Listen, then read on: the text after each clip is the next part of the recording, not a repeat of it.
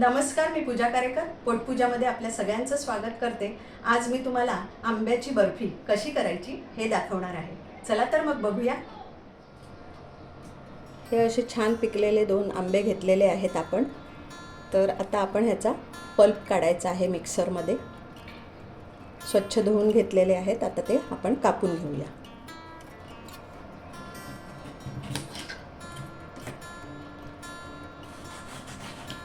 आमची आजी गावाला जेव्हा करायची तेव्हा चुपायचे आंबे आम्ही वापरायचो, पण आता मुंबईत काय आपल्याला ते चुपायचे आंबे मिळत नाहीत, शक्य नाही। त्यामुळे आता मी हा हापूस आंबा घेतलेला आहे।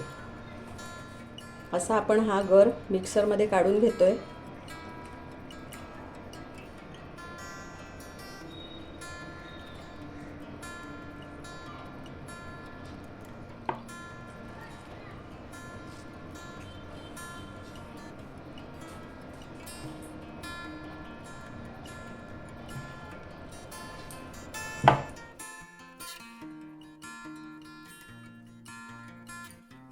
अगदी जर असं नावाला आपण पॅनला साजूक तूप लावून घेतोय, नाही लावलं तरी चालतं।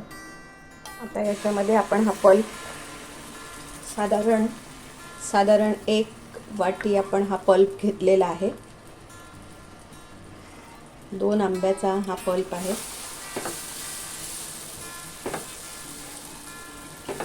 आपण पल्प मोजून घेतला कारण आपल्याला साखर मोजून घालायची आहे। अर्थात आंबा गोड आंबट कसा आहे त्याच्याप्रमाणे थोडीशी कमी जास्त साखर होऊ शकते। हा पल्प आपल्याला सतत ढवळत राहायचा आहे आणि मंद आचेवर आपण हा रस ढवळत राहणार आहोत। साधारण 1 वाटी, थोडीशी 1 वाटीला कमी साखर आपण घातली आहे।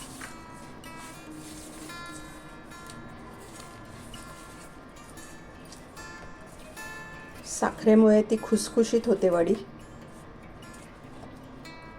बर्फीसारखी होते। सतत आपल्याला ढवळत राहायचं आहे आणि शक्यतो पसरट भांडं घ्यायचं, जेणेकरून त्याला सर्व भांड्याला आच लागेल खालून आणि जरा पटकन तो रस घट्ट होईल। आता थोडा रंग बदलायला लागलाय, थोडं ट्रान्सपरंट दिसायला लागलाय रस। तुम्हाला आवडत असेल तर थोडं केशर सिरप मी घालते, रंगही छान येईल आणि त्याच्यामध्ये वेलची सुद्धा आहे। वेलची केशर सिरप आहे ते तुम्हाला जर आवडत असेल तर तुम्ही घालू शकता, नाही घातलं तरी सुद्धा बर्फी सुंदरच होते। वेलची कोणाला आवडत असेल जास्त तर ते वेलची सुद्धा घालू शकतात। आता तुम्हाला कडेला दिसायला लागेल की इथे सुकायला लागलेला आहे। तर आता गोळा थोडा होईपर्यंत आपण ढवळत राहायचं आहे।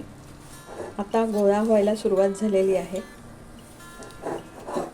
असा गोळा व्हायला लागला की समजायचं साईडला सुद्धा इथे कडक कडक थोडं असं सुकायला लागलेलं आहे। त्यामुळे आता अगदी 2-3 मिनिटच आपल्याला ढवळायचं आहे। आता हा गोळा झालेला आहे। आता आपण प्लास्टिकला तूप लावून घेऊया आणि त्याच्यावर ही वडी थापून घेऊया। आता आपण ह्या प्लास्टिकच्या कागदाला जर असं तूप लावून घेऊया।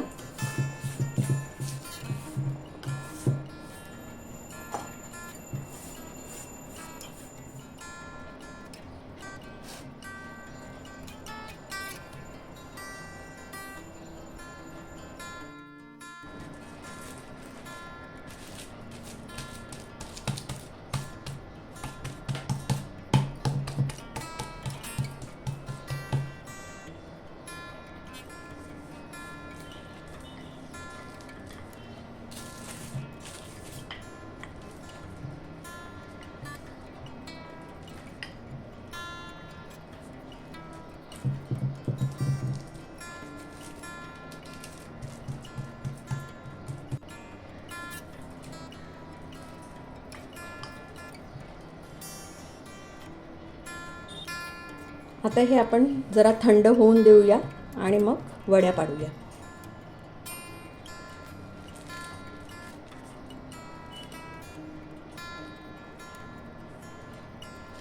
आता आपण याच्या वड्या पाडून घेऊया.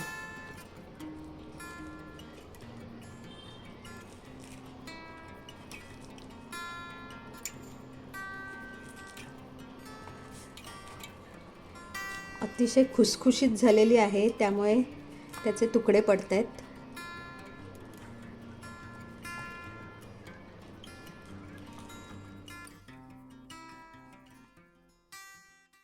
तुम्हाला ही रेसिपी कशी वाटली हे नक्की कमेंटमध्ये कळवा.